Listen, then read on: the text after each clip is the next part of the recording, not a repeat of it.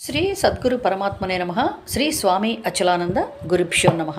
ఈ శరీరం పాంచభౌతికం, ఇది నేను కాదు అని అర్థమైంది కదా ఇప్పుడు మనకి.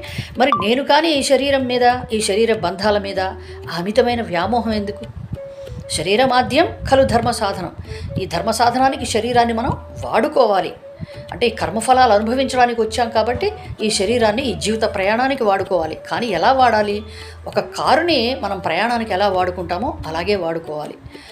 ఇంజన్ చూసుకోవాలి, బ్రేకులు చెక్ చేసుకోవాలి, పెట్రోల్ పోయించుకోవాలి, అంతా సిద్ధం చేసుకుని కారుని తీసుకువెళ్తాం ప్రయాణానికి. రాగానే ఆ కారుని షెడ్లో పెట్టేసి ఇంట్లోకి వెళ్ళిపోతాం. ఆ కారు నేనవుతానా? అది నా ప్రయాణానికి ఉపయోగపడింది అంతే. నేను కారు కాదు, కారు నేను కాదు. ఈ శరీరం కూడా అంతే. మరి ఈ శరీరం నేను అనేటువంటి భ్రాంతి, ఈ శరీర బంధాల పట్ల వ్యామోహం, ఇదంతా మన అజ్ఞానం, మన అవివేకమే కదా. ఆత్మజ్ఞానంతో ఈ అజ్ఞానాన్ని ఛేదించాలి.